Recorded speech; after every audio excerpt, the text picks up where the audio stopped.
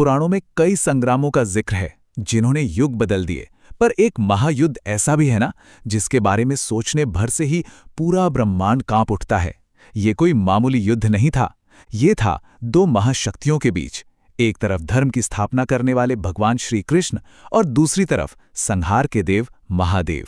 तो चलिए इस अद्भुत और रहस्यमयी लीला को समझने की कोशिश करते हैं। ये सिर्फ एक ऐलान नहीं था, ये तो धर्म को फिर से स्थापित करने के लिए भगवान श्री कृष्ण का वो दिव्य संकल्प था जिसने इस महायुद्ध की नींव रख दी। सोचिए, जब अधर्म इतना बढ़ जाए कि उसे मिटाने के लिए खुद नारायण और महादेव को आमने सामने आना पड़ जाए, तो समझ लीजिए कि एक नया इतिहास लिखा जा रहा है। लेकिन आपको पता है, हर दिव्य लीला के पीछे ना एक इंसानी कहानी भी छिपी होती है, और इस महासंग्राम की जड़ में भी एक ऐसी ही प्रेम कहानी थी। ये कहानी थी भगवान कृष्ण के पोते अनिरुद्ध और 1000 भुजाओं वाले असुर सम्राट बाणासुर की बेटी उषा की। तो हुआ ये कि बाणासुर, जो अपनी शक्ति के अहंकार में अंधा हो चुका था, उसे अपनी बेटी उषा और अनिरुद्ध के इस गुप्त प्रेम के बारे में पता चल गया। बस उसका गुस्सा तो जैसे प्रलय बन गया। उसने अनिरुद्ध को बंदी बनाकर जेल में डाल दिया। अब ये सिर्फ एक प्रेमी का अपमान नहीं था, ये तो सीधी सीधी द्वारका के सम्मान को चुनौती थी, और इसी चुनौती ने श्री कृष्ण को युद्ध के लिए मजबूर कर दिया। तो अपने पोते को छुड़ाने के लिए भगवान कृष्ण अपनी अजेय नारायणी सेना लेकर बाणासुर की उस राजधानी शोणितपुर के दरवाजे पर जा पहुंचे जिसे कोई भेद नहीं सकता था। अब टकराव तो होना ही था, इसे कोई नहीं टाल सकता था, क्योंकि ये धर्म और अहंकार के बीच की सीधी टक्कर थी। लेकिन ये युद्ध सिर्फ कृष्ण और एक असुर सम्राट के बीच तक ही नहीं रहने वाला था। कहानी में एक ऐसा मोड़ आया, एक ऐसा अविश्वसनीय मोड़, जिसने इसे एक साधारण युद्ध से उठाकर एक ब्रह्मांडीय संग्राम में बदल दिया। असल में बात यह थी कि बाणासुर कोई मामूली असुर था ही नहीं। वो भगवान शिव का बहुत बड़ा भक्त था, और अपनी कठोर तपस्या के बल पर उसने महादेव से ये वरदान ले लिया था कि वो खुद उसकी और उसके नगर की रक्षा करेंगे।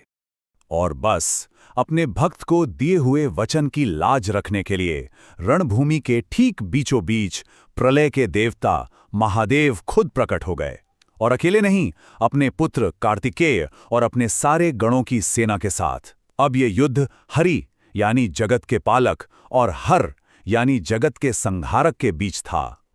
और फिर वो शुरू हुआ दिव्य अस्त्रों का वो महासंग्राम, जिसके टकराव की ऊर्जा से तीनों लोक थरथरा उठे।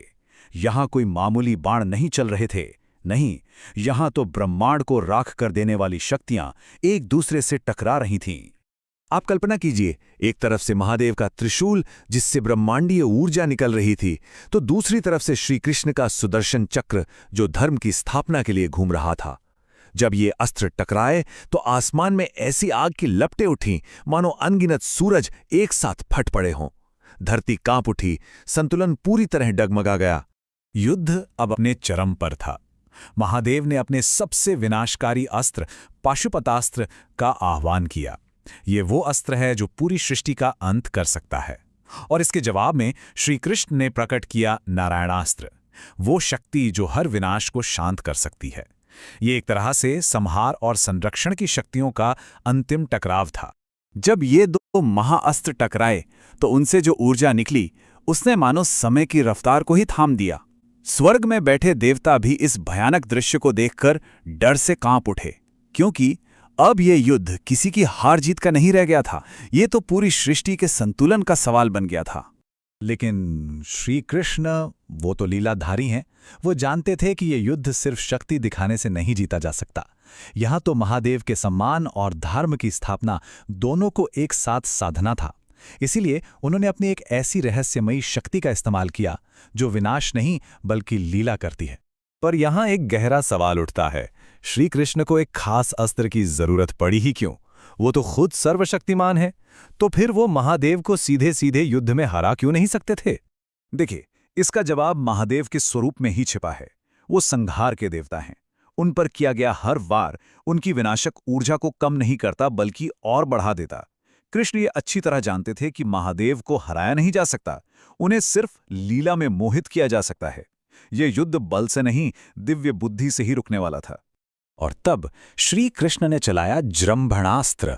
अब ये कोई मारने वाला अस्त्र नहीं था, नहीं, ये एक ऐसा दिव्य सम्मोहन अस्त्र है जो अपने दुश्मन पर वार नहीं करता, बल्कि उसे गहरी नींद और आलस्य में डाल देता है। कुछ पलों के लिए उसके अंदर से युद्ध करने की इच्छा ही खत्म कर देता है। और हाँ, ये समझना सबसे जरूरी है कि महादेव की हार नहीं थी, बिल्कुल नहीं। ये तो श्री कृष्ण की उस दिव्य लीला का एक हिस्सा था। इसका मकसद महादेव का अपमान करना नहीं था, बल्कि उन्हें बस थोड़ी देर के लिए युद्ध से शांत करना था, ताकि बाणासुर के अहंकार का अंत किया जा सके। और जैसे ही महादेव उस दिव्य नींद में गए, इस पूरे संग्राम का असली मकसद सामने आ गया। ये युद्ध कभी विनाश के लिए था ही नहीं, ये तो एक भक्त के अंधे अहंकार को तोड़ने के लिए रचा गया था। महादेव के शांत होते ही श्री कृष्ण ने अपने सुदर्शन चक्र से बाणासुर की वो 1000 भुजाएं काट दी, जो उसकी शक्ति और उसके घमंड की निशानी थी। ये उसके शरीर पर नहीं, बल्कि सीधे उसके अहंकार पर किया गया सबसे बड़ा वार था। और तभी अपनी नींद से जागकर भगवान शिव ने श्री कृष्ण से प्रार्थना की। सोचिए, एक देवता दूसरे देवता से प्रार्थना कर रहा है। उन्होंने कहा, हे कृष्ण, इसने गलती की है, पर यह मेरा भक्त है, इसके प्राण मत लो, इससे जीवन दान दे दो। बस इस एक पल ने इस महायुद्ध का पूरा सार साफ कर दिया। ये कौन बेहतर है, इसकी लड़ाई थी ही नहीं। ये लीला तो सिर्फ ये दिखाने के लिए थी कि हरि और हर, यानी कृष्ण और शिव, एक ही परम शक्ति के दो रूप हैं। और ये पूरा संग्राम सिर्फ एक भक्त के अहंकार को तोड़कर उसे सही रास्ता दिखाने के लिए रचा गया था।